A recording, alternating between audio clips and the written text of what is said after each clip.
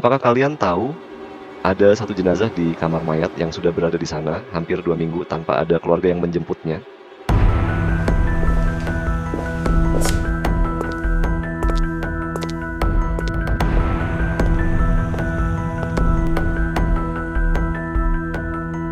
Ruangan itu dingin, sunyi, dan penuh bau antiseptik yang menusuk. Faris, petugas malam di rumah sakit tua itu, duduk di depan monitor CCTV sambil menatap layar yang menampilkan berbagai sudut kamar mayat. Tubuh yang belum dijemput itu terletak di meja pemeriksaan, tubuh laki-laki yang seolah tak memiliki siapapun di dunia ini. Awalnya Faris menganggapnya biasa. Kasus jenazah tanpa keluarga memang kadang terjadi. Tapi malam itu ia mulai merasa ada yang tidak beres. Setiap malam, tepat pukul 2 lewat beberapa menit, kamera yang mengarah ke meja itu selalu mengalami gangguan beberapa detik. Layar penuh garis-garis putih, bergoyang sebentar, lalu kembali normal. Faris mencoba menenangkan diri, menganggapnya masalah teknis. Tapi perasaannya terus mengganggu, terutama ketika posisi jenazah itu sedikit berubah setiap ia masuk ke kamar untuk memeriksa langsung.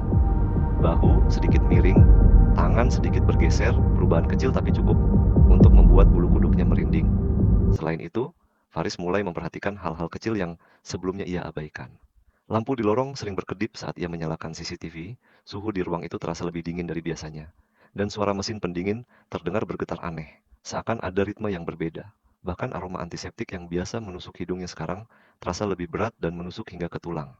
Setiap kali ia menghela napas, hawa dingin seakan masuk lebih dalam, menempel di kulit dan membuatnya gemetar sedikit. Ia duduk di depan monitor, memperhatikan layar, menunggu waktu gangguan berikutnya.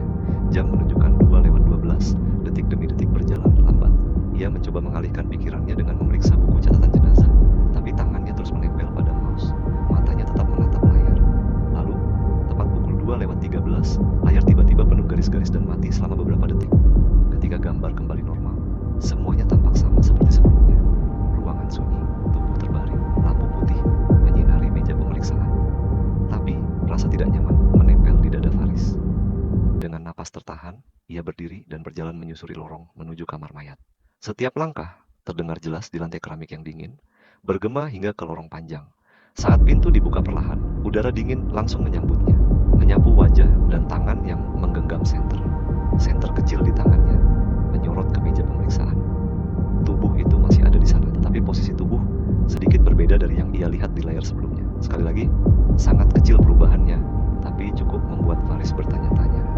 Apa sebenarnya yang terjadi di kamar mayat itu saat tidak ada yang melihat? Faris berdiri diam beberapa saat, menahan napas, menatap jenazah itu. Bayangan lampu bergerak perlahan di lantai keramik, menambah rasa dingin yang menusuk.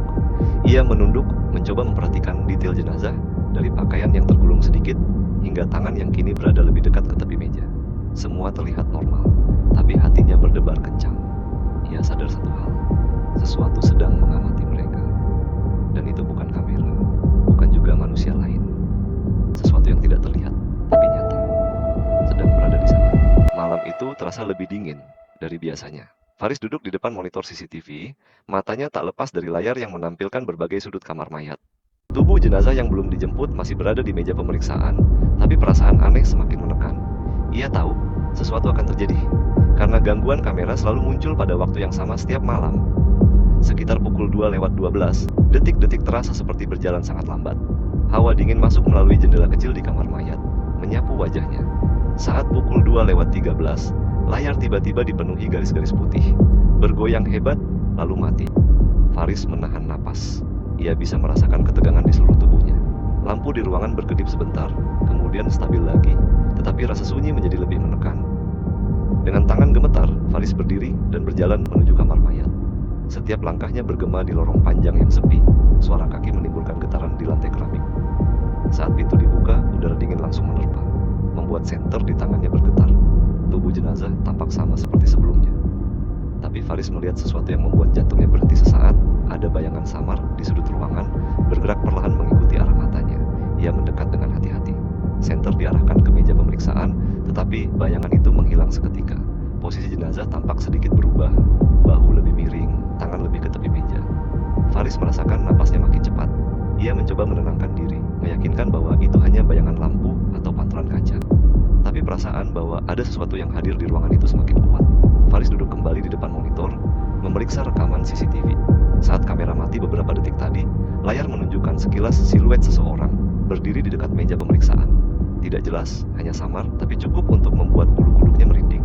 Ia menonton ulang beberapa kali, setiap kali melihat gerakan itu tetap sama. Bayangan tinggi, tegap, berdiri diam, seolah mengawasi tubuh jenazah dan dirinya. Detik demi detik berlalu, udara dingin semakin menusuk, suara mesin pendingin berdengung berbeda dari biasanya, seperti ada ritme tersendiri. Faris mulai merasa lengannya berat, kaki gemetar, tapi ia tahu ia tidak boleh panik. Ia memutuskan mendekat, membuka pintu kamar mayat perlahan, dan menyorotkan senter ke seluruh ruangan. Tubuh jenazah tetap di meja pemeriksaan, tapi kali ini matanya seolah menatap lurus ke arah Faris, walaupun ia tahu, mustahil seorang jenazah bisa menatap. Faris menelan ludah, langkahnya sedikit mundur, tetapi tetap mencoba fokus. Saat lampu lorong berkedip lagi, bayangan itu muncul sebentar di belakang lemari pendingin nomor 7. Gerakan sangat cepat, hampir tidak terlihat, tapi cukup membuat tubuh Faris kaku. Ia menyorotkan senter ke lemari itu, tapi lemari tetap tertutup rapat, tidak ada apapun di sana. Faris menyadari satu hal, sesuatu memang berada di kamar mayat itu. Sesuatu yang tidak bisa ia lihat dengan jelas, tapi nyata dan hadir bersamanya. Udara terasa semakin dingin, napasnya membentuk uap di depan wajah.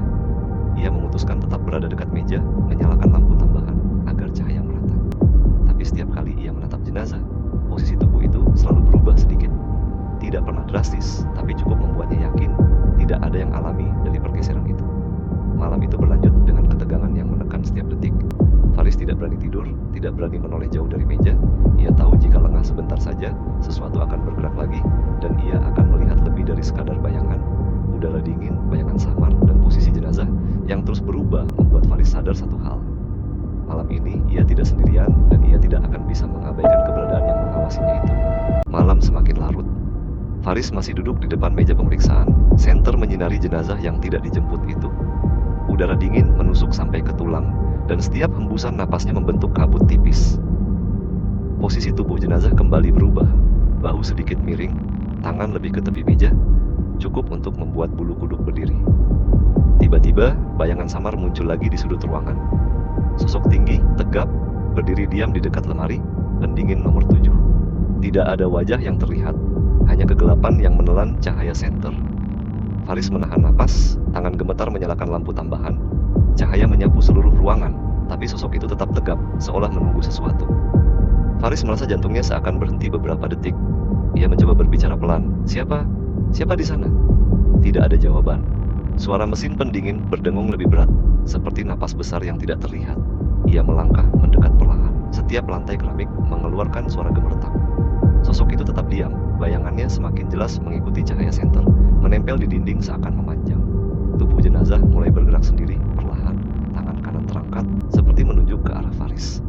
Faris terhuyung mundur, tapi tetap menatap sosok tinggi itu. Ia sadar, ini bukan manusia atau makhluk biasa. Sosok ini menghitungnya, mengawasi gerakannya. Faris mencoba menenangkan diri, duduk di kursi dekat meja, menatap jenazah dan sosok itu bergantian.